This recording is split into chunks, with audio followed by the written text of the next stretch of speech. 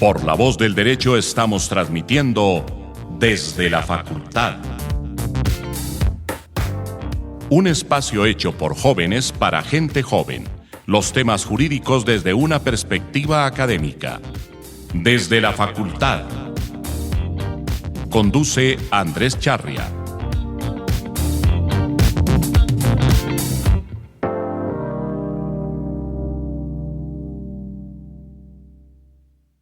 Buenos días, buenas tardes a todos, a nuestros oyentes. Muchas gracias por sintonizarse en un nuevo programa de Desde la Facultad, un programa que es miembro de La Voz del Derecho, del doctor José Gregorio Hernández.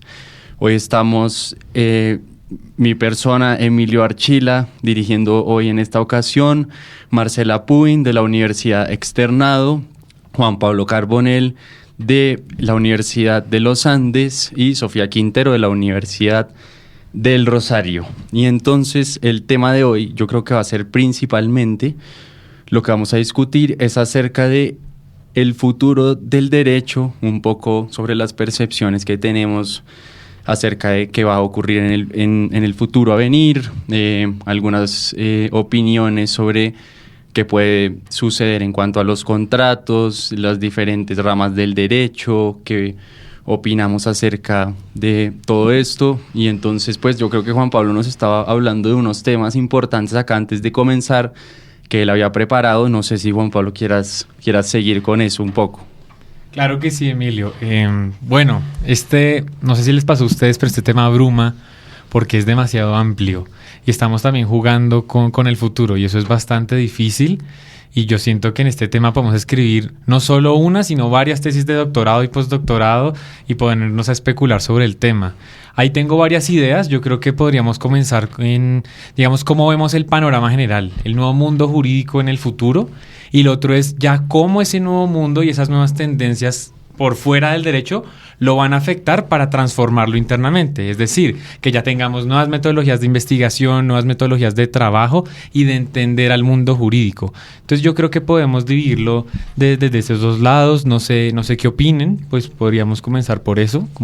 Sí, yo creo que estoy de acuerdo con esa parte y sobre todo me hizo pensar en un aspecto que es sobre todo la moralidad y el derecho, porque si vemos como una de las cosas que siguen surgiendo, o sea, por ejemplo, el ambientalismo o muy recientemente, no sé si vieron el caso de la persona que solicitó su eutanasia, entonces ese es un caso en donde podemos ver que temas que antes eran impensables dentro de nuestro derecho por la tendencia muy, por decirlo así, católica de todo nuestro ordenamiento, hoy en día van cambiando y van abriendo pues nuevos espacios. No sé, Marcela, ¿qué piensa al respecto de lo que ocurrió, por ejemplo, con esta señora? ¿Cuál es tu opinión? De acuerdo, yo creo que tenemos que empezar a plantear debates más fuertes que, pues, si bien ya hoy en día se tratan, que empieza a haber una intervención del Estado más, digamos, en temas de regulación y que dejen esa timidez, que el Congreso deje esa timidez y empiece a dar ciertas pautas para continuar con debates como la bioética, como la sostenibilidad, la proyección humana. Cuéntanos un poco acerca de bioética, ¿qué tiene que ver con el derecho entonces? Bueno, el derecho tiene que intervenir en temas, digamos, de biología, de crecimiento, pero también tiene que tener una parte ética a la hora de hacerlo. Tiene que no dejar ese moralismo a un lado, pero de todas formas no autorizar, por ejemplo, la eutanasia en todos los eventos. Ok, Juan Pablo, un poco de opinión alrededor de eso, por ejemplo, del caso que estábamos hablando. No, pues el caso es fascinante y pues nos permite también ver al derecho de manera interdisciplinaria. A mí personalmente también me interesan mucho los temas de bioética, aparte porque es curioso porque la bioética es una rama también de la filosofía que tiene que ver con, digamos, cómo se afectan los tratamientos y el trabajo biológico sobre el cuerpo humano y que también funciona un poco de manera principalista como lo hace el derecho, donde que nosotros también usamos principios para interpretar y para resolver casos.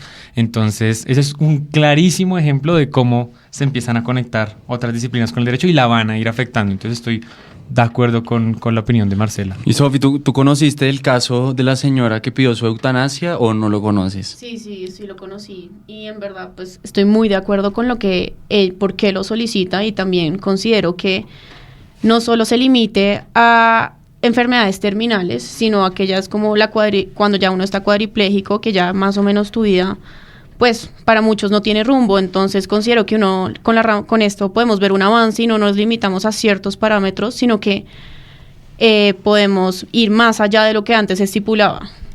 Nosotros en programas anteriores discutimos temas similares e inclusive llegamos a conocer que en otros ordenamientos de otros países hay un tema que llega a llamarse el suicidio asistido, en donde la persona inclusive no necesita pues requerir de una enfermedad terminal y puede ir y pues decir: yo quiero terminar mi vida, por favor Estado, asístame en el proceso. ¿Ustedes qué piensan acerca de esta posibilidad o ya les parece muy extrema? Marcela, por ejemplo, ¿tú qué piensas?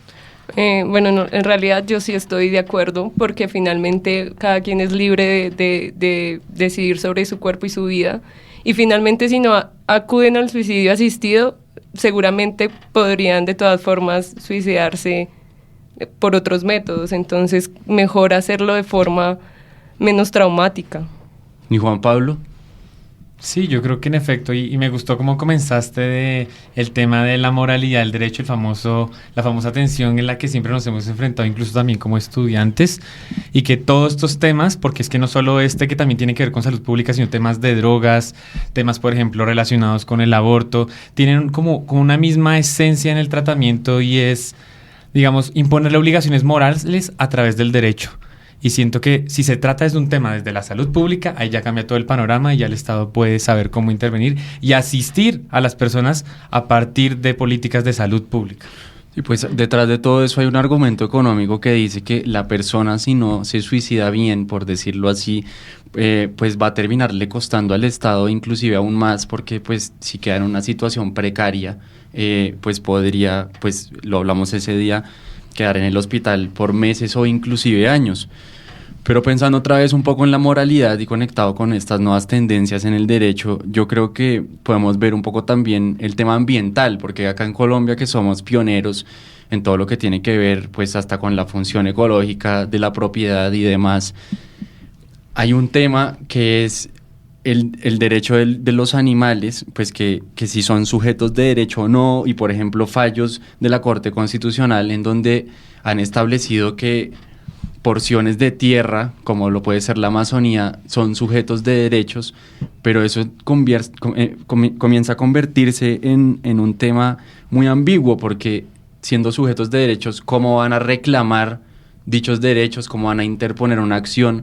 Hay algunos que dicen que no podría ser un sujeto de derechos porque no puede actuar por sí mismo. ¿Ustedes qué piensan al respecto? Sofía, ¿tú qué piensas al respecto? Bueno, o sea, principalmente, por ejemplo, si nos metemos en el ámbito de los animales, yo sí creo que si bien no se consideran, pues son un ser vivo, pero no se consideran que son sujetos de obligaciones y derechos, sí, pues sí estoy de acuerdo que sean considerados, porque pues al fin y al cabo sí se pueden ver que pueden sufrir.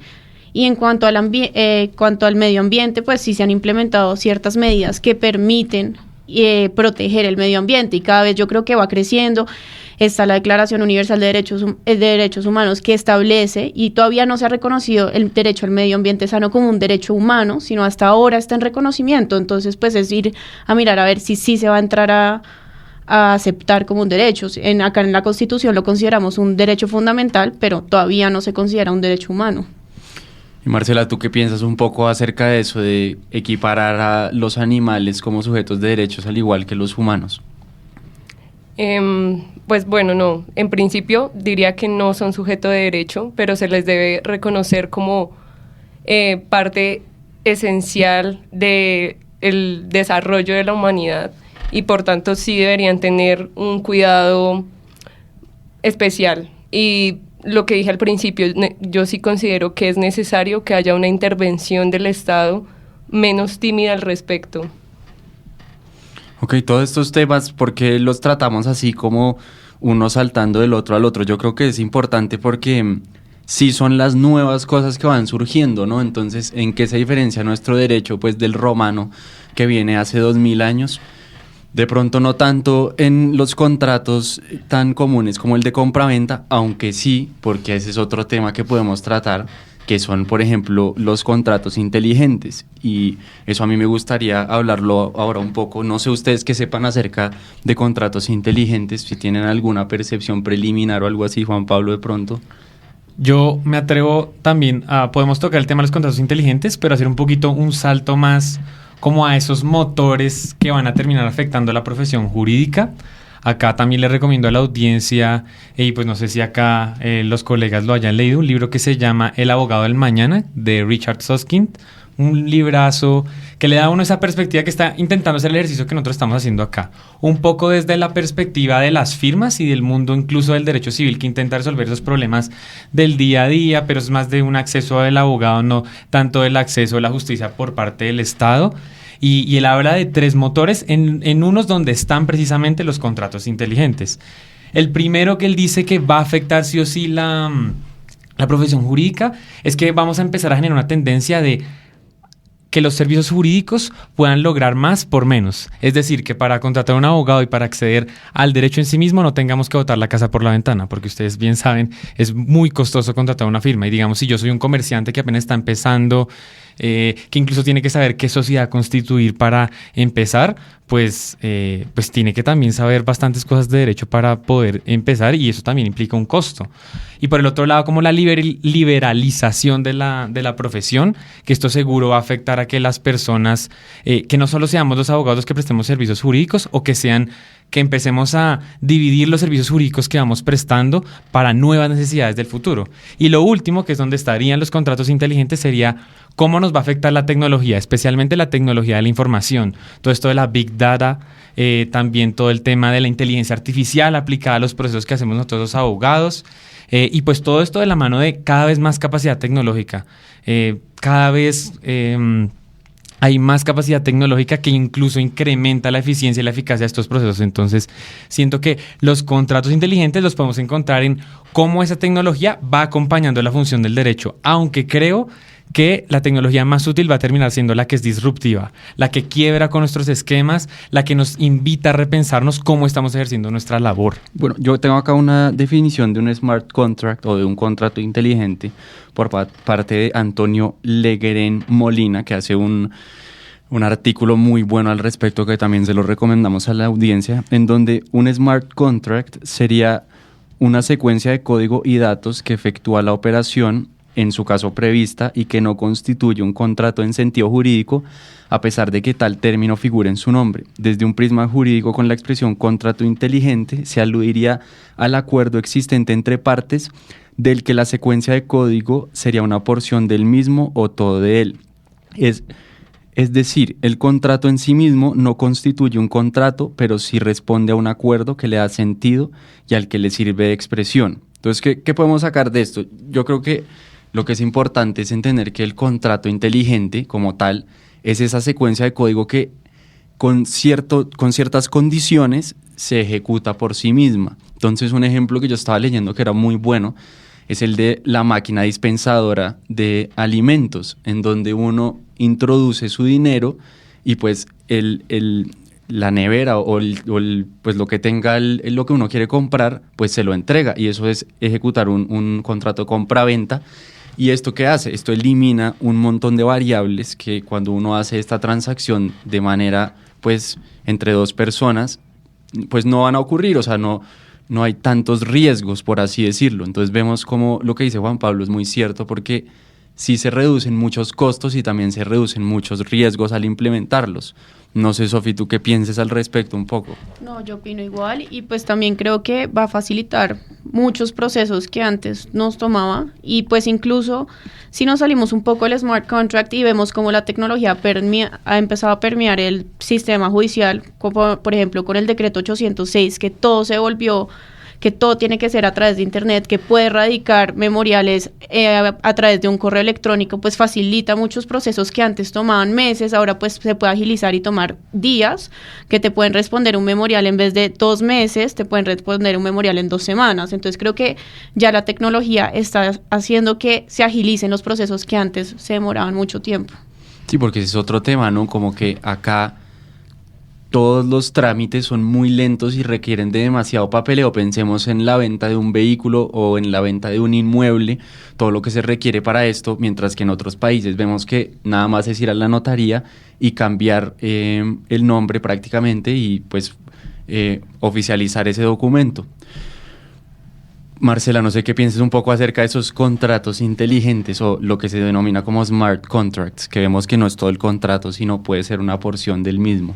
Bueno, yo creo que tanto el derecho como los abogados tenemos que empezar a adecuarnos a los sistemas de programación.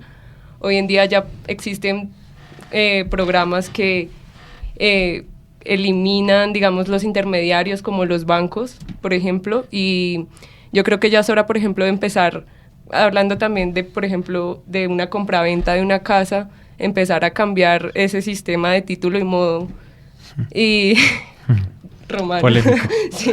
Y pues, exacto, empezar a utilizar los sistemas que no solo agilizan los trámites, sino que además también dan más seguridad.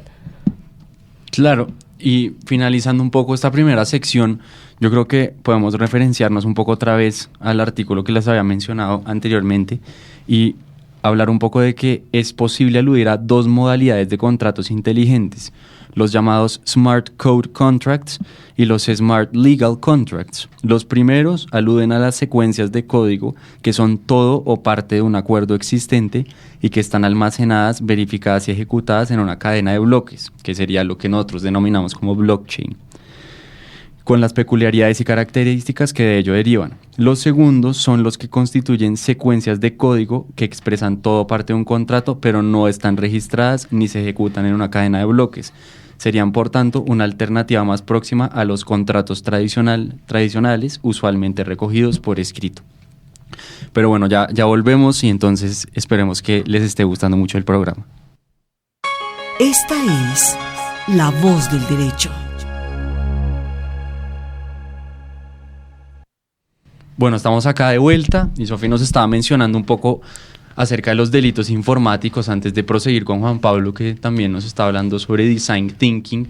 Entonces, Sofía, explícanos un poco sobre lo que tú aprendiste alrededor de esto. Bueno, entonces lo que yo les estaba contando acá es que ya en el Código Penal se implementó toda una sección frente a los delitos informáticos y ya no se mira si la conducta se realizó a través de un medio informático, sino se afectó directamente el sistema. Entonces, lo que se mira es si se afectó la disponibilidad, la confidencialidad y la integridad de los datos. Entonces ya miran si realmente dañaste el computador y afectó los datos que hay dentro de él, si te hicieron un hurto frente en el computador. Entonces como que ya empieza a cambiar el paradigma y no es el derecho penal clásico, sino ya hay un derecho mucho más moderno que se va adaptando a nuevas perspectivas y a la tecnología que hoy en día creo que predomina en este mundo. Totalmente. Pero bueno, Juan Pablo, ahora sí un poco volviendo a las dos temáticas grandes que nos habías propuesto al inicio, cuéntanos un poco sobre el segundo tema. Ok, bueno, con esa línea de la que estaba hablando un poco Sofía de, bueno, cómo ahora estos cambios ya se incorporan digamos, en el mundo jurídico y ya afectan nuestras metodologías y crean hasta nuevos campos de estudio, por ejemplo, los delitos informáticos, el derecho penal informático. Ahora yo quiero contarles uno que me apasiona muchísimo y que para mí personalmente marca el futuro del derecho en sí mismo, y es una cosa que se llama el diseño legal. Esto suena un poquito raro cuando uno lo escucha y normalmente la gente cuando yo le hablo de diseño legal siempre hacen la cara que normalmente están poniendo, pero es muy simple y es repensarse, evaluar y crear servicios jurídicos centrados en el usuario que va a usar esos servicios jurídicos. Bien puede ser nosotros los abogados que manejamos las fuentes del derecho, que tenemos contacto con las fuentes del derecho y las entendemos, o también el ciudadano de a pie, o mejor dicho, el ciudadano general, para no meternos con ese concepto. Cualquier persona que tenga contacto del derecho. Entonces, para que se fijen lo importante, porque eso es lo que es design thinking.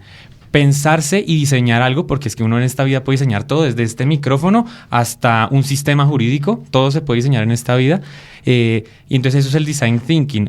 centrarse en el usuario que va a terminar utilizando ese servicio jurídico. Y esto lo pueden ver desde que la Corte Constitucional tiene nuevas metodologías incluso para que la gente pueda acceder mejor a la tutela, y de verdad simplemente porque ustedes saben que la tutela se puede interponer incluso no de manera escrita sino incluso de manera oral, pero eso casi no se hace. Imagínense que se tengan métodos adecuados para que la gente pueda acudir a un juzgado y la pueda presentar de cualquier manera. O imagínense una persona que no sea abogada, que quiera invertir, vaya a un banco y le ofrezcan un contrato especial para su inversión y la persona no entienda a qué se está comprometiendo. Eso también hace parte del diseño legal, es repensarse eso para evaluar y crear derecho en términos generales. Claro, me vienen a la cabeza dos aspectos. Uno, el diseño legal en función de los usuarios, como puede ser la Corte, en el análisis de tantas tutelas que les llegan, podrían implementar una técnica para que un sistema automatizado pues las desglose y ver cuáles sí sirven y cuáles no, cuáles se pueden admitir y cuáles no.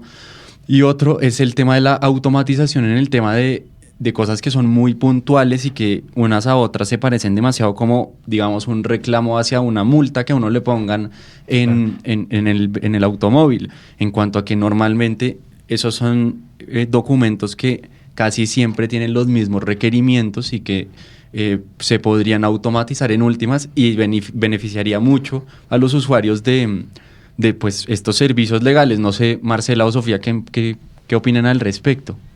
Sofía, ¿tú qué piensas sobre la automatización de este tipo de contratos?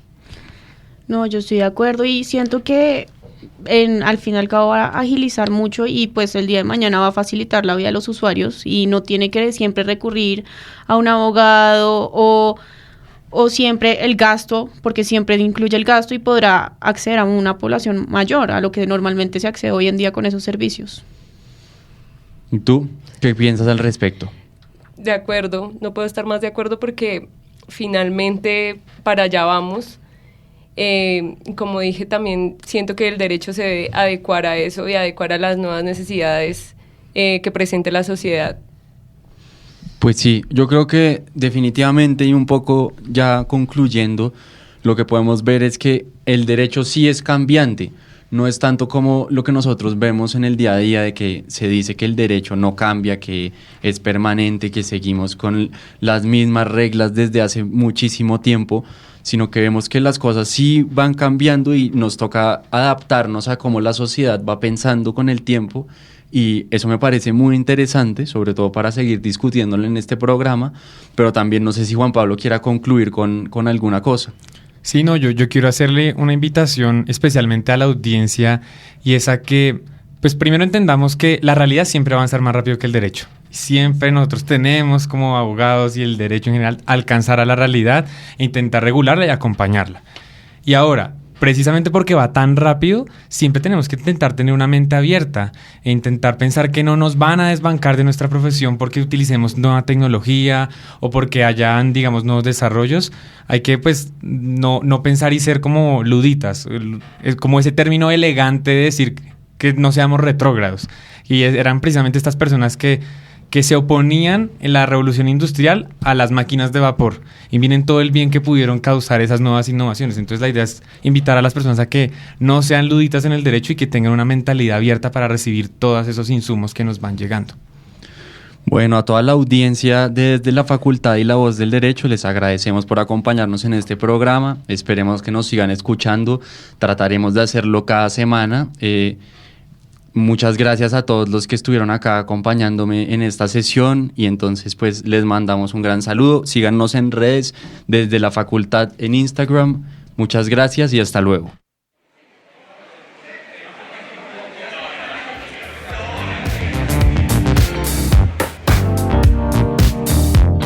En La Voz del Derecho hemos transmitido Desde la Facultad.